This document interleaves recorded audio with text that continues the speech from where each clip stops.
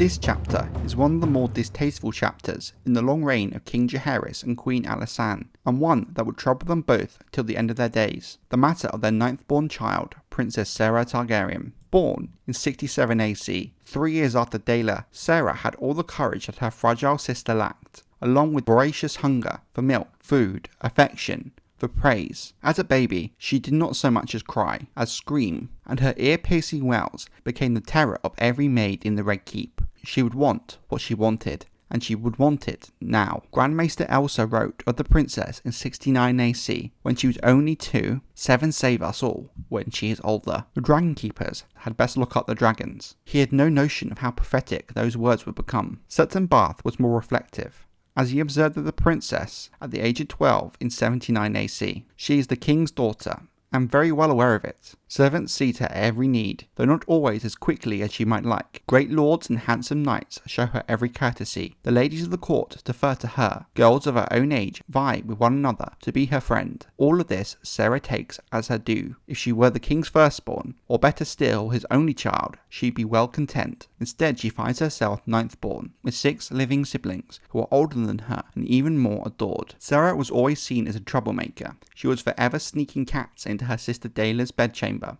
knowing full well she was frightened of them. She slipped into the White Sword Tower of the Kingsguard when she was 10, stole all the white cloaks she could find, dyeing them all pink. At 7, she learned when and how to steal into the kitchens to make off with cakes. Before she was 11, she was stealing wine and ale instead. The king's half-witted fool, Tom Turnip, was the victim of many of her jokes. Once before a great feast, she persuaded Tom that it would be much funnier if he performed naked. Later, she told him that if he climbed the Iron Throne, he could be king. But the fool was clumsy at the best of times, and prone to tremors, and the throne sliced his arms and legs to pieces. By her maester's affirmations, she was very clever, as bright as her brother Vagon, in her own way. She was certainly prettier than Daela, and as strong as her sister Alyssa. When she wanted to be charming, it was hard to resist her. Aemon and Balon never failed to be amused by her mischief, and Saera had learned the art of getting anything she wanted from her father. But Jaehaerys did draw a firm line at an elephant. Queen Alysanne was far less gullible, and Sutton Bath tells us that Saera's sisters all misliked her to various degrees. After all they had endured with Daela, the king and queen were relieved to see how eagerly Saera took to the young men of the court. At 14, she told the king she meant to marry the Prince of Dawn, or perhaps the king beyond the wall, so she too could be a queen. But by 15, she had put such idle fantasies aside. Why dream of a distant monarch when she could have as many squires, knights,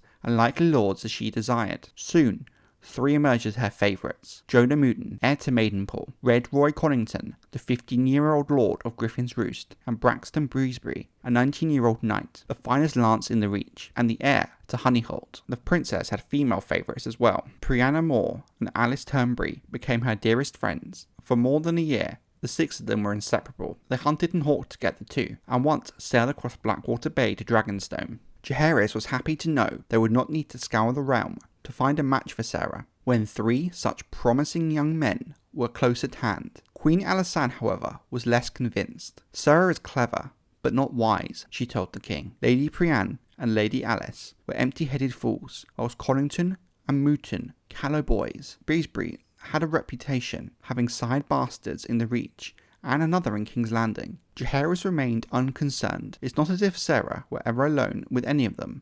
There are always people about, serving men and maids, grooms, men-at-arms. What mischief can they get up to, with so many eyes around them? The king would not like the answer. On a warm spring night in 84 AC, screams from a brothel called the Blue Pearl drew 2 men of the city watch. They were coming from Tom Turnip, who was lurching helplessly in circles, trying to escape from 6 naked whores, whilst patrons of the brothel laughed on. Mooten, Connington and Breezebury were among the men, each one drunker than the last. They had thought it would be funny to see Turnip with a woman, Mooten laughed, and said it had all been Saera's idea. The watchman rescued the helpless fool and escorted him back to the Red Keep to Sir Robert Redwyne, their commander, where they were then delivered straight to King Jaehaerys. The 3 drunken lords had sobered somewhat by the time the king confronted them atop the Iron Throne and put up a bold front. They confessed to making off with Tom Turnip and bringing him to the Blue Pearl. None of them said a word concerning Princess Saera. When his grace ordered Mooten to repeat what he had said about the princess, he blushed and stammered,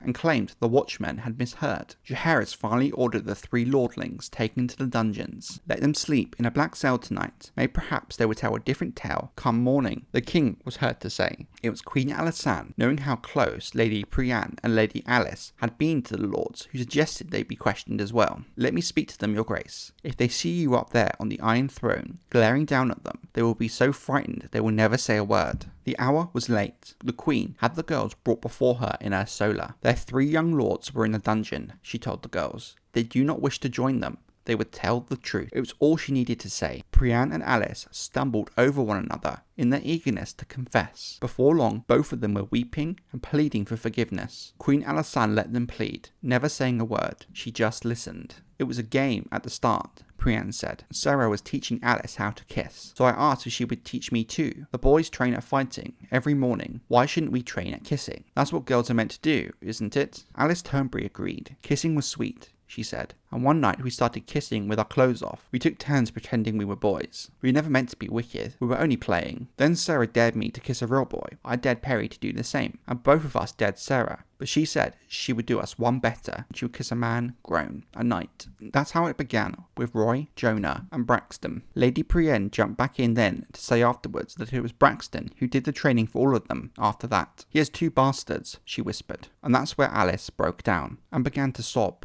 and tear at her dressing gown. She was so sorry, she told the queen. She had never wanted to be bad. Braxton made her, and Sarah said she was a craven, so she showed them. But now she was with child and did not know who the father was. And what was she to do? All you can do is go to bed, Queen Alysanne told her. When Alysanne told him what she had learned, King Jaehaerys could scarce credit a word of it. Guards were sent forth, and a succession of squires, grooms, and maids were dragged before the Iron Throne for questioning. Many of them wound up in the dungeons with their masters. Dawn had come by the time the last of them had been led away. Only then did King Jaehaerys and the Queen send for Princess Sarah.